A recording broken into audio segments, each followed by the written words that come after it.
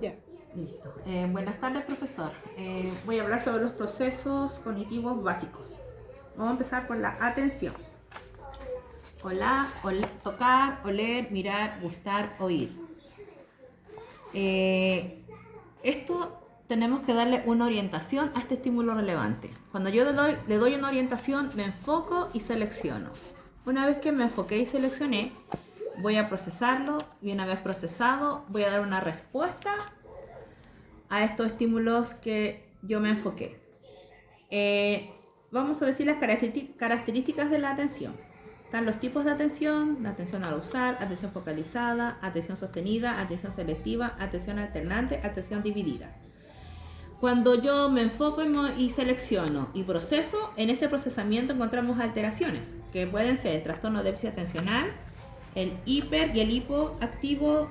También están las enfermedades mentales, lesiones y traumatismos cerebrales. Cuando yo me oriento, me enfoco, selecciono, proceso, doy una respuesta para llevar a cabo a alguna actividad a realizar. Y esto está basado en dos teorías: la teoría de la integración y la teoría del foco de luz. La teoría de integración es un modelo de la percepción de los objetos, y la teoría del foco de luz se enfoca en lo que se quiere ver, o sea, la información seleccionada. Vamos al siguiente. El caso. Vamos a hablar sobre el caso de Susana, que es una señorita de 20 años con dependencia en todas sus actividades diarias. Ella tiene discapacidad cognitiva y una observación de un síndrome de Rett. Ella está actualmente en un curso laboral de retos múltiples. La dificultad que observamos es que ella no mantiene una atención sostenida, por lo que se dificulta su aprendizaje en las actividades de taller laboral.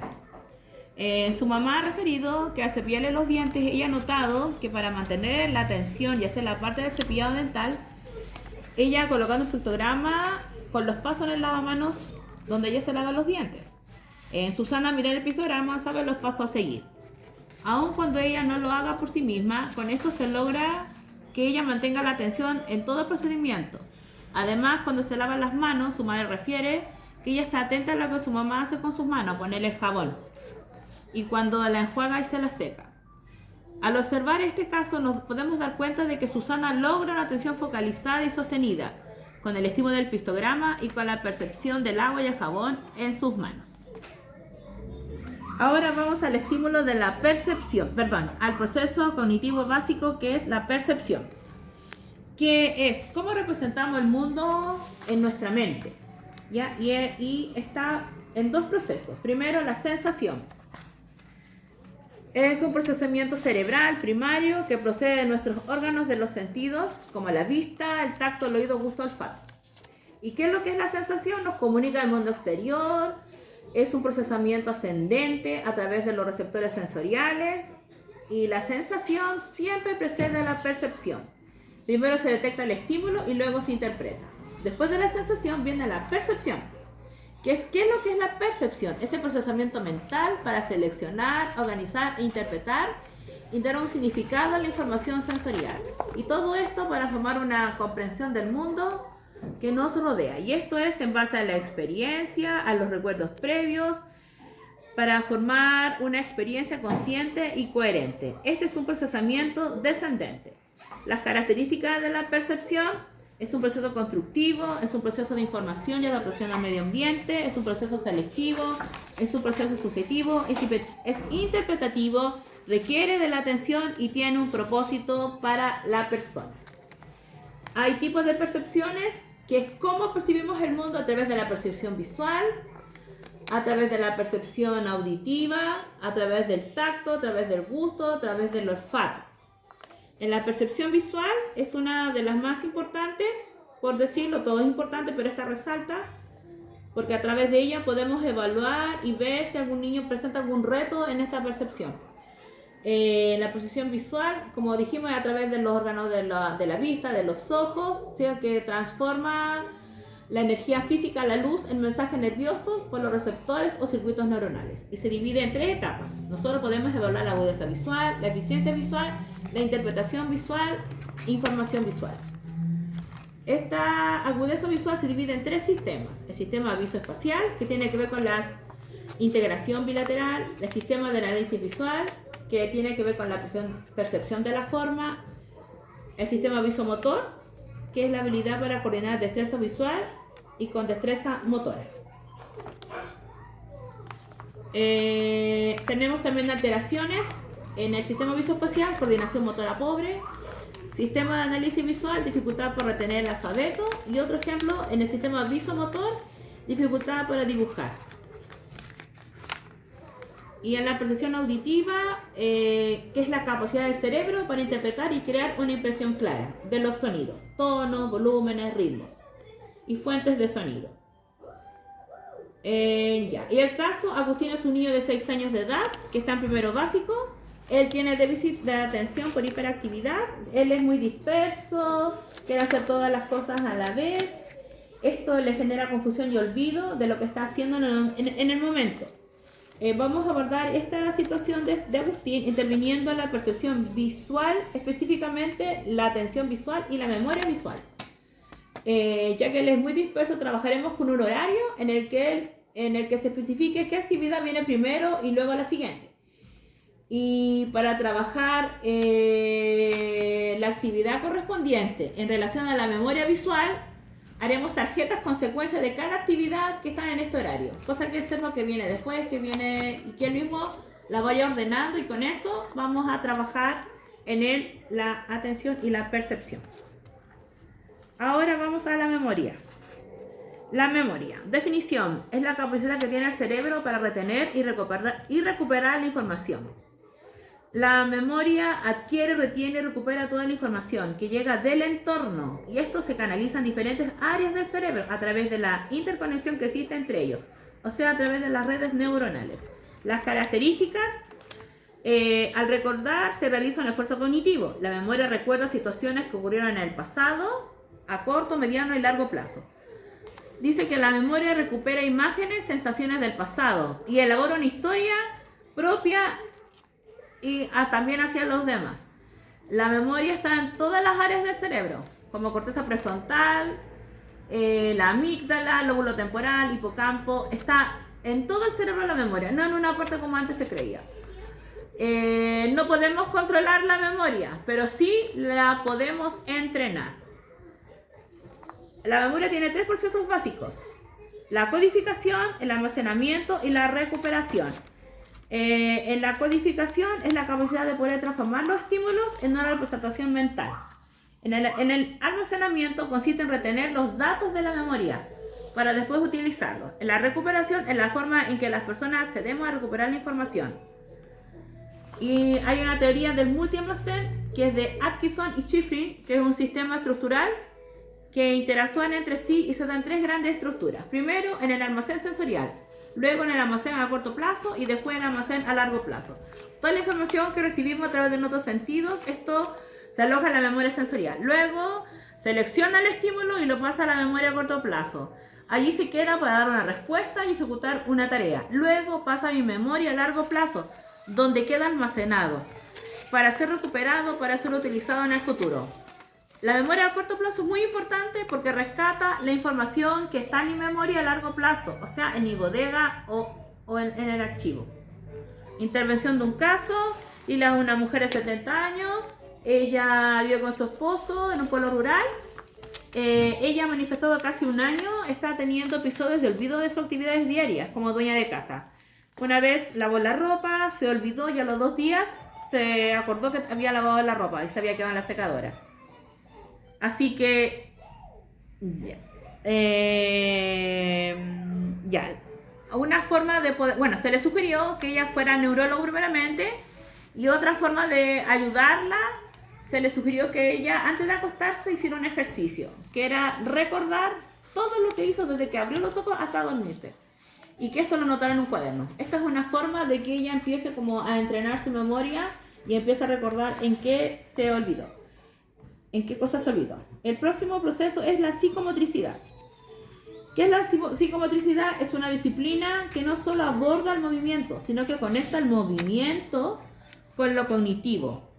Este es un desarrollo integral en la persona mediante experiencias motoras, cognitivas y afectivas. En la parte afectiva es importante de cómo se expresan las emociones de manera correcta, ya que al no ser así se corre el riesgo de que se dañe a sí mismo y que dañe a los demás.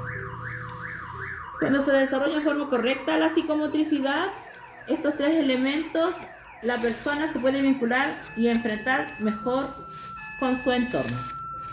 Las características, la psicomotricidad se refiere a la función motriz, cognitiva y afectiva. Estas tres áreas ocupan un lugar importante en la educación infantil, sobre todo en la primera infancia. La psicomotricidad es la acción del sistema nervioso central que crea una conciencia en el ser humano sobre los movimientos que realiza a través de los patrones motores, la velocidad, el espacio, la expresión y creatividad de la persona a través del cuerpo. La intervención en la educación psicomotriz se dirige a las personas con alguna dificultad y suele realizarse en grupo. La terapia psicomotriz se dirige a personas con mayores dificultades y el tratamiento es individual. La teoría de la psicomotricidad, hay diferentes autores que han aportado su granito de arena a este concepto. Antes del siglo XX se pensaba que el cuerpo solamente era unitario, pero después del siglo XX se empezó a manejar, se cambió el paradigma y se deja atrás el concepto del cuerpo como estructura anatómica. Y se evolucionó ese concepto que hay una conexión entre el cuerpo y la mente. Según Wallon, plantea la teoría de que el niño se construye a sí mismo gracias al movimiento. Y según Piaget, afirma que el desarrollo de la inteligencia depende de la actividad motriz. ¿Por qué? Porque él explora a través del gateo, o cuando empieza a pararse, empieza a tocar. Eso lo dice Piaget. Estimulando la propiocepción es el caso. Susana es una niña de 5 años con parálisis cerebral. Ella requiere de terapia psicomotriz de forma personal y permanente a lo largo de toda la etapa de su vida. Se le realizan ejercicios de propiocepción sobre un balón de pilates. Ahí terminamos los procesamientos cognitivos básicos. Ahora vamos al procesamiento cognitivo superior, que es el lenguaje. ¿Qué es el lenguaje? Es un proceso cognitivo superior que tiene una predisposición genética, que está incorporado en nosotros desde que estamos en el útero de nuestras mamás. Además, es un medio de comunicación usado por el ser humano para comunicarse y pensar mediante el uso de sonido, el lenguaje hablado, el lenguaje escrito, el lenguaje no verbal, que es a través de gestos. Es una importante capacidad cognitiva que nos posibilita el relacionamiento con los demás. El lenguaje tiene una estrecha relación con la experiencia social, ya que de ella extraemos el conocimiento, la comprensión del mundo que nos rodea, ya que existe un estrecho relacionamiento entre el pensamiento y el lenguaje. Las características es inherente, porque viene con nosotros en nuestra genética, es articulado, es simbólico, es convencional.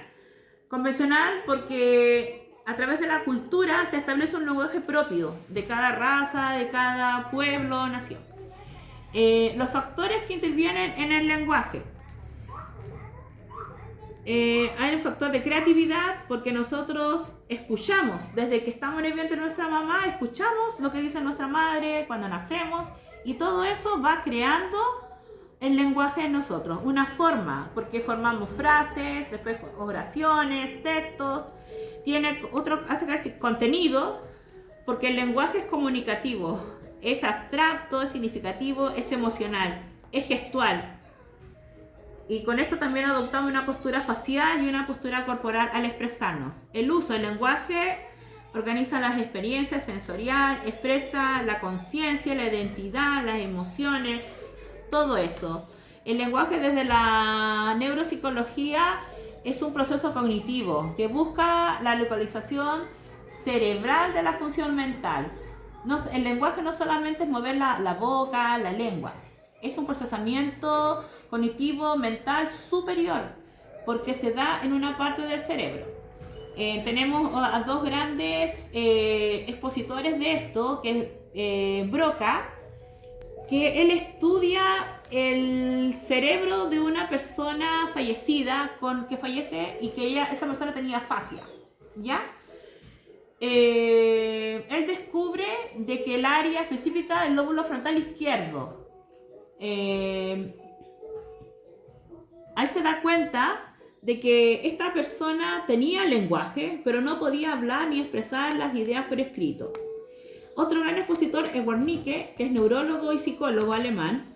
Él publicó un estudio sobre los síntomas de la afasia. Él describió de que los pacientes con afasia pueden hablar, pero no tienen comprensión de lo que hablan ni se dan a entender. Porque hay un deterioro en la comprensión, más que en la expresión escrita o hablada. Las áreas del lenguaje están conectadas por el fascículo arqueado, que son fibras nerviosas. Para que haya un buen funcionamiento, estas áreas están conectadas en nuestra mente.